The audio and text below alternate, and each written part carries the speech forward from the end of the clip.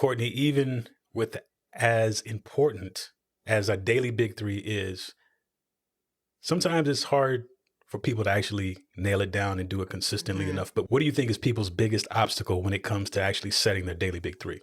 That's a really good question. I think for some people, they're just like get it done people, kind of like my people, honestly. That's, they get to their computer and they're just like, I'm going to just start checking these things off. It's kind of that to-do list mentality. And again, culturally, I think we've kind of gotten that embedded into what we do. And so I think it's easy to just like get to your desk and then just start churning through things. And again, there, in itself, it seems like that makes sense, but really that's a great way to do a lot of things, but maybe not the right thing. So I think that's one obstacle, is the tendency to just be like, okay, let me get going here. And then I think there's, on the other side, I think it's hard for people to really believe that limiting and saying, hey, I'm just going to pick the 3 most important things that I need to get done and really prioritize those, that's possible, that is a viable way to go through work, and I think people miss the power of the full focus system by not really buying into that. It's really a mindset issue more than anything. And speaking of mindsets, today we're going to be talking about how we can reframe constraints to help us get really consistent with setting those daily big threes.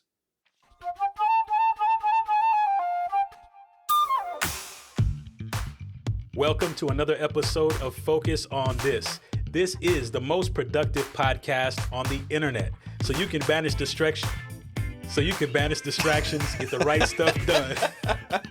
I can see you like right here. I'm like, I want to look at Nick, because now I can see just a glimpse into the dance parties that go on at his home. But I think you just need to leave this. I think this needs to be the actual intro. Yes, it is. Yeah. Yes. Let's get the right stuff done. It's Monday. I'm Verbs, here with Courtney Baker. Happy Monday to you, Courtney, and happy Monday to you, Nick. Verbs, this reminds me of that time you and I did a video shoot together with Blake.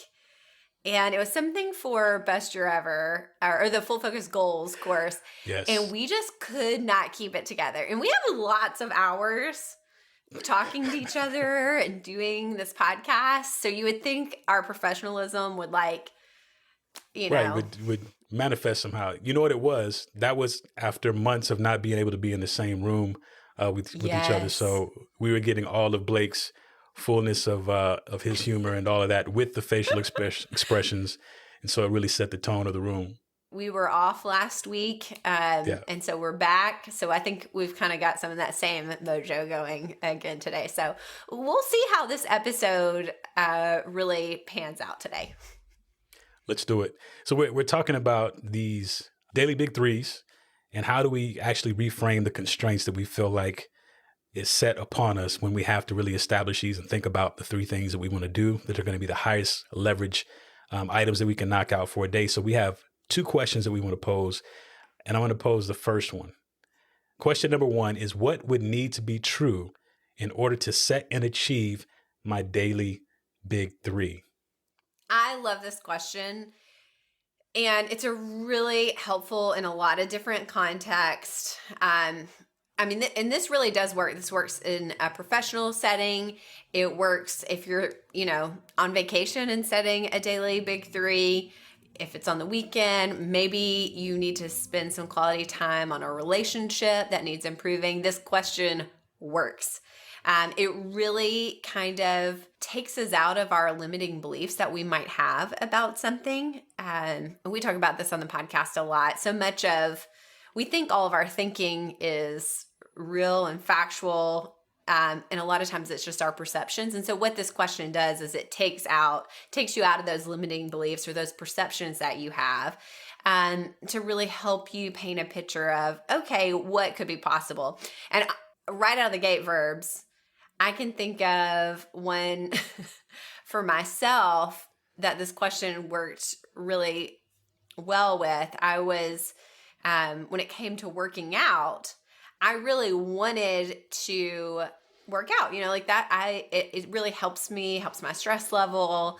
Yep. Obviously there's lots of benefits, but with young children, it's really easy to be like, this is not gonna, like, I kept like not getting it done. And so when I would stop and just say, okay, what has to be true for me to be able to knock this out on a daily? And some days I had it as my daily big three. And it took me asking this question and being like, well, I have to do it at this specific time. If I just try Okay. to like figure it out during the day, like it's not going to work. Once I asked myself the question, it made it really clear. There's only one place this can go. And then once I was able to do that, it was really easy to systematically knock this out over time. Does that land with you, or do you have any examples of like when this question has worked when you're setting your daily big three? Yeah, you know what? And it's funny because I remember often, even Michael, when he's either leading a webinar or a conference of some sort, there's always kind of this question of what needs to be true to ... And I feel like it always applies to a bigger thing, like an annual goal or something like that. So for me, I think the challenge was to dial it down just to what needs to be true in a daily basis sort of perspective, so I can just do these smaller things. And for me, I think what helped the most is really defining with clarity what needs to be done and the timeliness of it. For me, if it's a work thing, again, there's multiple projects going on.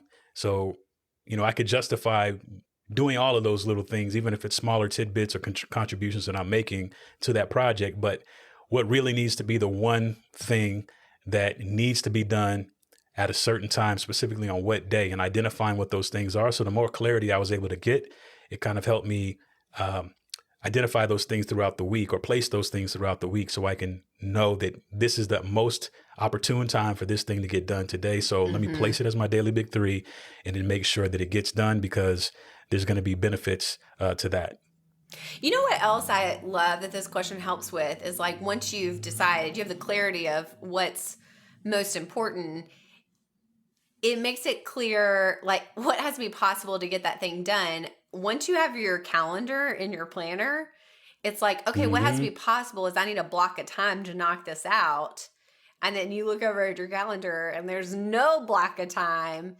That's where when we talk about, sometimes it's not a daily big three, it's a daily big two or a big one.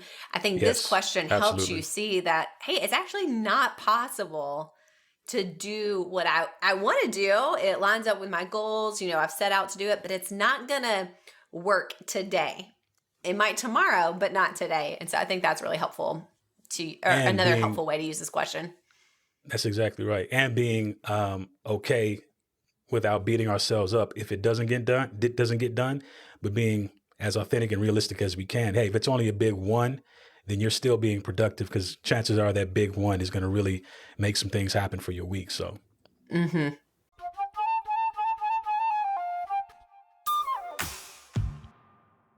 let's go to question number 2.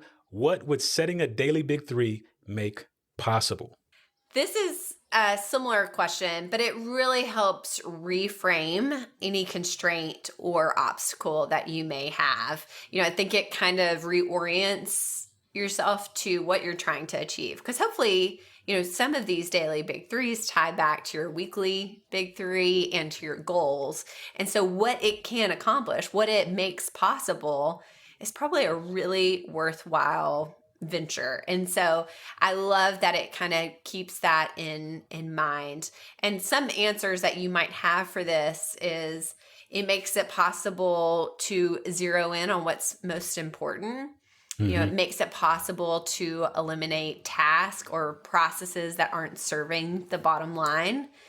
It makes it possible to end the workday at a reasonable time. I think all of those are potential reasons, but everybody listening, you're going to have your own things of what setting a daily big three make possible. I know for me, and Verbs probably for you, is it makes possible having that sense of fulfillment at the end of the Yes. day, and not feeling like I still have 50 things on my to-do list that I didn't get done. And I think that's the worst. I say this all the time. When you actually worked hard during the day, but you end the day and you're like, I don't feel like I got anything done. And what you're really saying is I didn't get anything important done. Right. Anything done during the day and then anything done at the end of the week, which is even more burdensome, or it feels like it's like I can't account for what I actually, the important things I got done. And I'll say this too. I think, when we talk about reframing constraints, there could be this idea that, if I have to commit to 3 things or 2 things or 1 thing, and, it feels like I'm blocking my day in, I'm putting it in a box. And if this doesn't get done, then I don't feel as accomplished. But really there's freedom in the constraint, because if you focus on those 1, those 2, or those 3 things that you want to execute on that day, then that sets you're not being held prisoner to all those other extemporaneous things that are floating around that are trying to distract you from just knocking those 1, 2, 3 daily things out. And so in that constraint, there really is freedom that you could experience and really realize for yourself if this can be done on a consistent basis. You know what else is a great answer to this question? Is when you set a daily big 3, it makes it possible to say no to other people.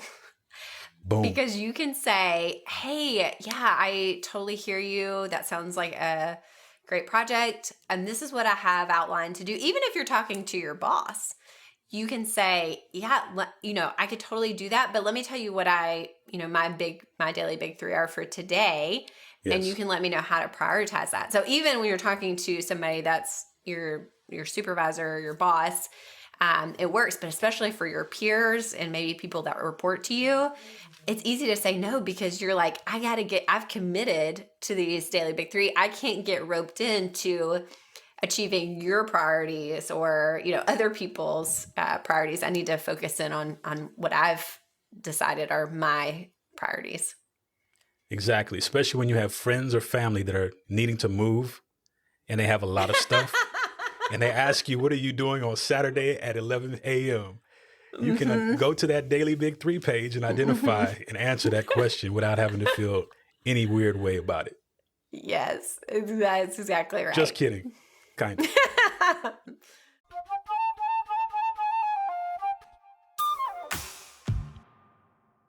So for our listeners, every once in a while, we do a segment which our producer, Nick, introduces.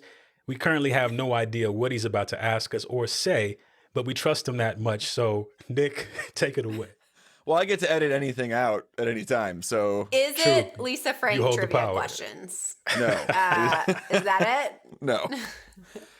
So let's talk a little bit about simple things that you can do in your life that make a huge difference. And this area that we're entering into is actually perhaps, the planners in there. That's simple, but does take work, like a bit more deliberate work. So that's even in a different camp than what I'm about to talk about. And I've been wanting to talk about this for a while. So let's talk to both of you about your dishes in your life. Let's talk about dishes. Yes. So, Courtney, tell me about how the dishes happen in your house.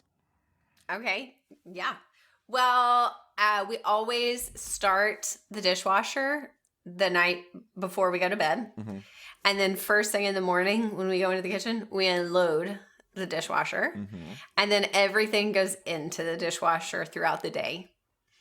Okay, well, so that's pretty simple. Do you do any washing of those dishes? Like personally? Before they go in the dishwasher. Before they go in, yes. Oh, well, yeah. I mean, some things, you got to rinse it out. That's about it. Now, wait. Yes. You got to listen to the man's question. You said rinse, he said wash. So to what level of aggressiveness are you making sure that dish is clean before it goes into the dishwasher? I would say between a 1 and a 10, probably a 4. Okay. Verbs, what about you? What's your process with dishes? Yeah, so currently, as you know, we have 3 young children in the household who are trying to train up to be responsible citizens. So recently, my wife had established a rotation in which I play my role in being an enforcer of that rotation. So one child per week is responsible for the dishes. Now, do they always get done to the standard that we would like to see? Absolutely not. But practice makes permanent. So the more opportunities we give them, there's every once in a while, obviously, if we have guests coming over or something like that, we'll kind of chip in and hop in and make sure that what gets done. So obviously the house is presentable and that sort of thing. But we do make sure that they, stay on top of what is their chore for that week. And we tried it a couple different ways. We were trying to do one child each day of the week, and they end up blaming each other for whose turn it is and all that. It didn't work out. So we just said, hey, it's your turn this week, every day this week, knock them out. So that's currently how they get done. I hop in, like I said, I can come in and pitch it when needed, but yeah, that's how we do it in our household. Well, so everyone's got, I love these processes. I forgot, Verbs, that you have said, I think before on the show, that that's the great thing about having kids as they get older is they'll just do the dishes. So that's established canon for Verbs. But so for us dishes now, my wife is a baker. So not a Courtney baker, just so everyone's clear about that. My wife, she bakes at home. She sells these baked goods. So we have not just the dishes we're eating with, but also all these other dishes. So dishes on dishes all day, every day.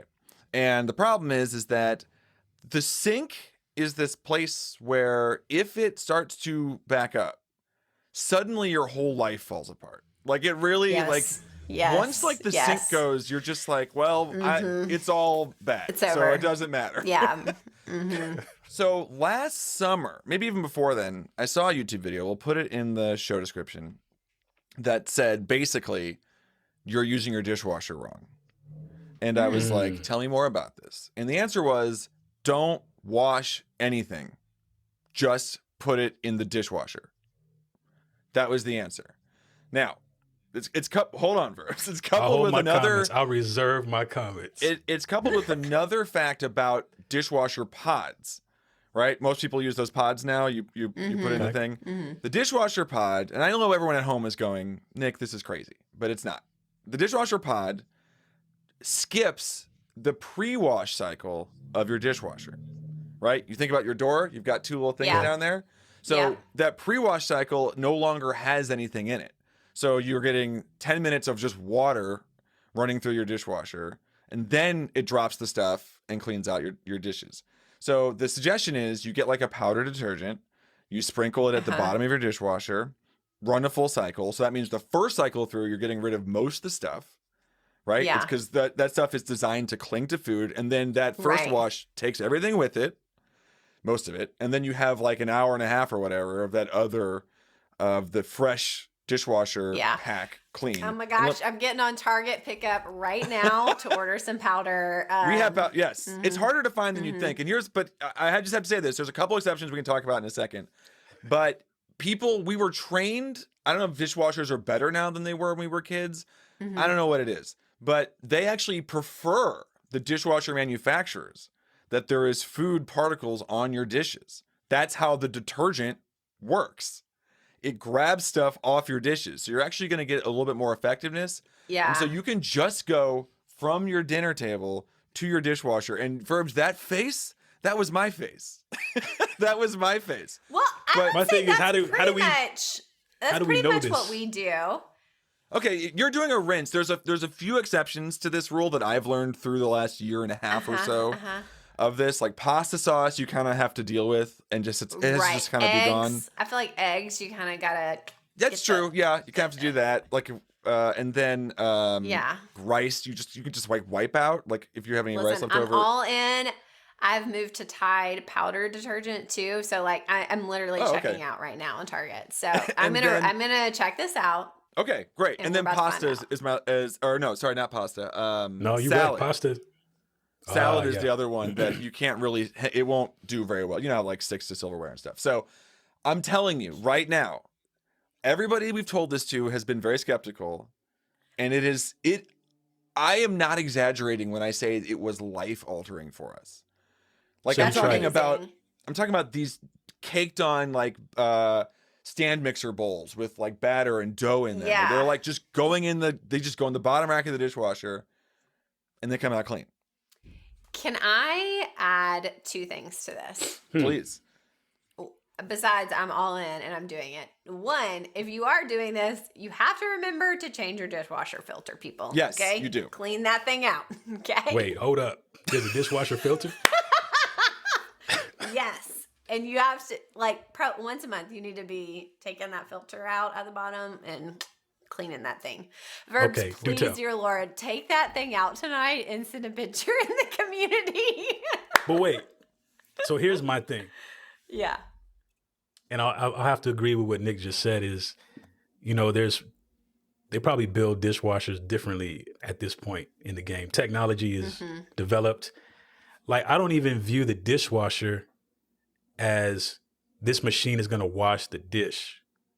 I view it as it's going to sanitize the dish, and whatever didn't get washed in the sink first is going to get cleared in the dishwasher. So we actually wash the dishes. We don't rinse them. We put them in soapy.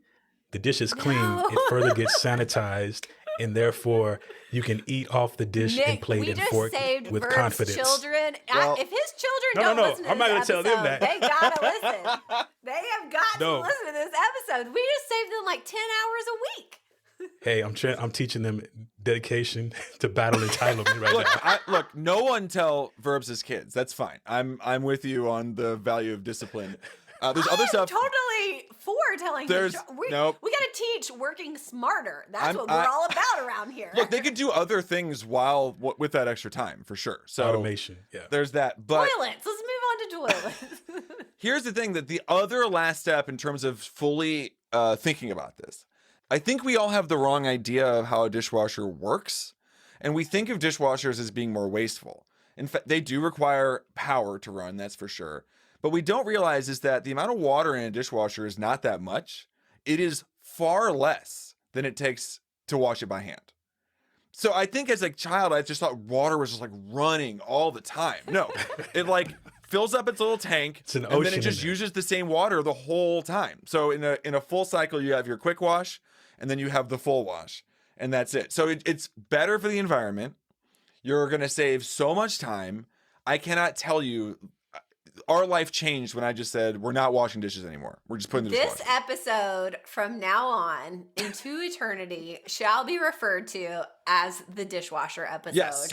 And Please okay, try it can out. I add my last thing to this? Because I think this is like brilliant. Thank you.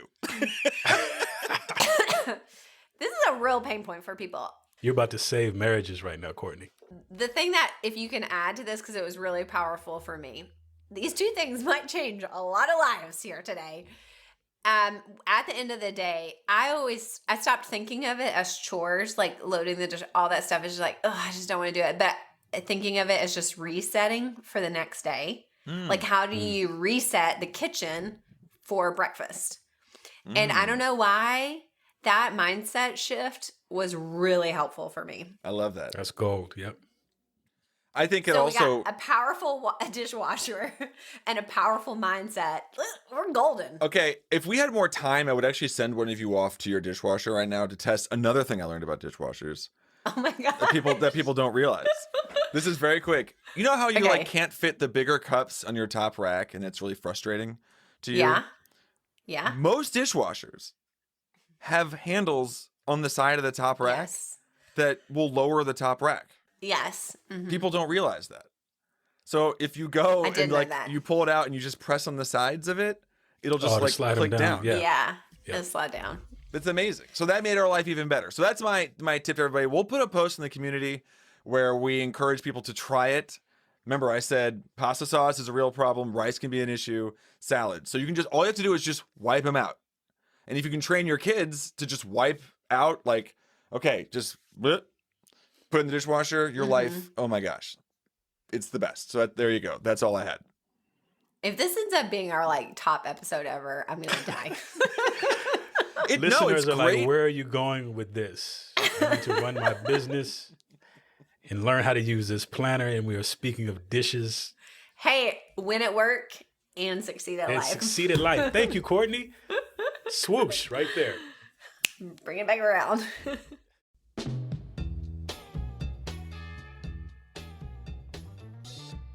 All right, so today's tip to level up your focus is somewhere in your weekly preview for the upcoming week. Write in a question. Here's what we want you to write. Did I set and hit my daily big three this week? And then make 2 boxes. Yes or no. Yes, it's a throwback to grade school. Do you like me? Check. Yes or no. But make those 2 boxes and enter in whether or not you made it or you didn't make it. And then answer the question at the end of the week. If you didn't hit your daily big 3, use that moment to explore what happened or what didn't happen to actually make that a reality. Thank you once again for joining us on Focus on This. This is the most productive podcast on the internet. So share it with your friends, especially all the wisdom from Nick on dishwashers. And don't forget to come to the community and let us know, is Nick crazy or not? Does he have the dishwasher debate on lock or not? We want to hear from you. And we'll be back next Monday with another great episode, maybe on, I was going to say laundry machines. What is it called? Whoa. It's a washing machine. Washer and dryer? Washing machine? Yes. Okay. Another great episode, maybe on washer and dryers. You just never know. Until then, stay focused. Stay focused. I totally didn't wait for you at all. It's okay. Just bounced on through there. Still here.